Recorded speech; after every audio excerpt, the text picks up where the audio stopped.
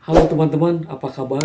Teman-teman subscriber dan juga teman-teman penonton channel YouTube Dada Nandar. Nah, di video ini saya akan kembali mengulang untuk menjelaskan. Ternyata masih banyak dari saudara-saudara kita sebangsa dan setanah air yang belum paham akan tujuan dari pembangunan infrastruktur yang dikerjakan oleh pemerintah, terutama infrastruktur transportasi seperti jalan tol, jalur kereta, kereta cepat, bandara, pelabuhan, dan lain sebagainya. Itu semuanya dikerjakan untuk dinikmati oleh seluruh lapisan masyarakat Indonesia, baik kaya maupun miskin, agar roda perekonomian terus berjalan. Nah, tentu definisi menikmati itu tidak sama. Maksudnya ada yang bisa menikmati secara langsung, ada yang bisa menikmatinya secara tidak langsung. Nah, contoh dalam hal kereta cepat Jakarta-Bandung. Orang-orang yang bisa menikmatinya secara langsung adalah orang atau golongan yang bisa membeli tiket, kemudian melakukan perjalanan dengan menggunakan jasa transportasi kereta cepat.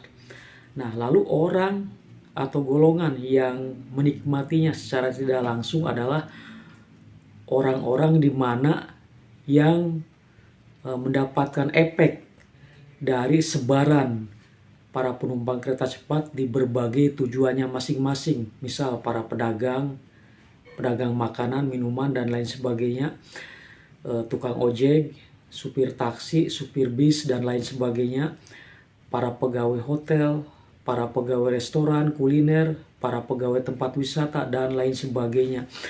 Itu semuanya adalah golongan yang bisa menikmati kereta cepat secara tidak langsung.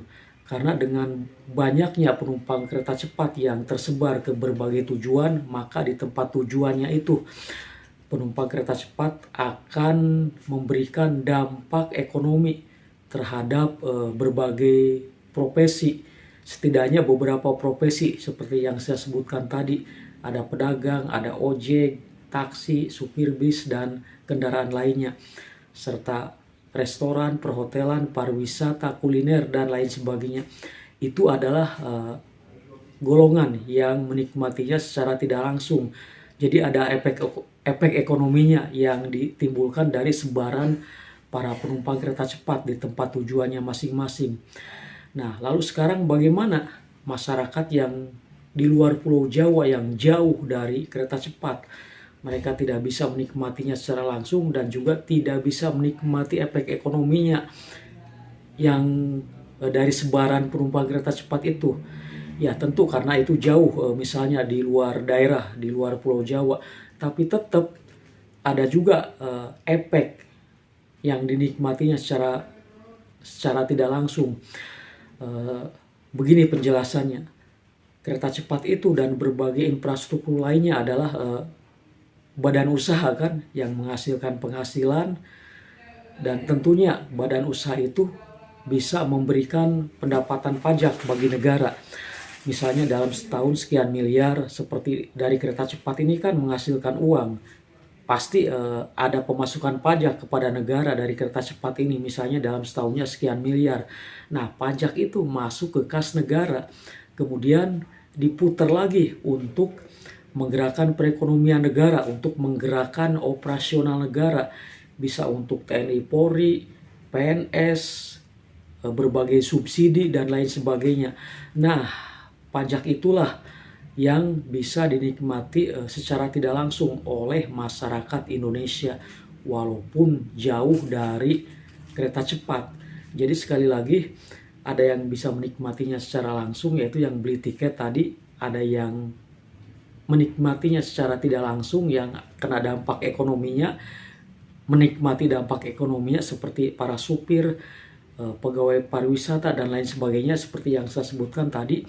Dan juga yang jauh dari Pulau Jawa misalnya yang tentunya belum bisa dibangun kereta cepat, mereka juga bisa menikmatinya secara tidak langsung, yaitu karena negara bisa dapat pajak dari kereta cepat, dan pajak itu diputar lagi untuk pembangunan negara melalui APBN. Jadi nanti bisa dinikmatinya lewat beberapa subsidi, misalnya BBM, kesehatan, dan lain sebagainya. Dan itu efek secara tidak langsungnya yang bisa dinikmati oleh seluruh lapisan masyarakat Indonesia. Begitu. Jadi dalam menikmati itu tidak harus secara langsung, karena dalam perekonomian ini kita punya peran yang berbeda-beda. Ada yang langsung naik, ada yang mendapatkan efek karena melubernya banyak penumpang, dan juga ada yang mendapatkan efek dari pajaknya. Begitulah, karena dalam perekonomian ini kita punya perannya masing-masing. Jadi intinya semua pembangunan infrastruktur itu tujuannya adalah agar bisa dinikmati oleh seluruh lapisan masyarakat Indonesia, baik kaya maupun miskin. Tetapi seperti yang saya katakan sebelumnya, dalam menikmati itu, definisi menikmati itu bisa terbagi ke dalam beberapa. Ada yang langsung, ada yang tidak langsung, ada juga yang menikmatinya lewat seperti pajak yang diputar lagi untuk berbagai keperluan ekonomi, subsidi, dan biaya operasional negara. Seperti itu teman-teman kira-kira. Nah, nanti saya akan mengulang-ulang lagi penjelasan ini, karena tentunya masih banyak saudara-saudara kita yang belum nonton video ini dan juga belum paham. Oke, terima kasih.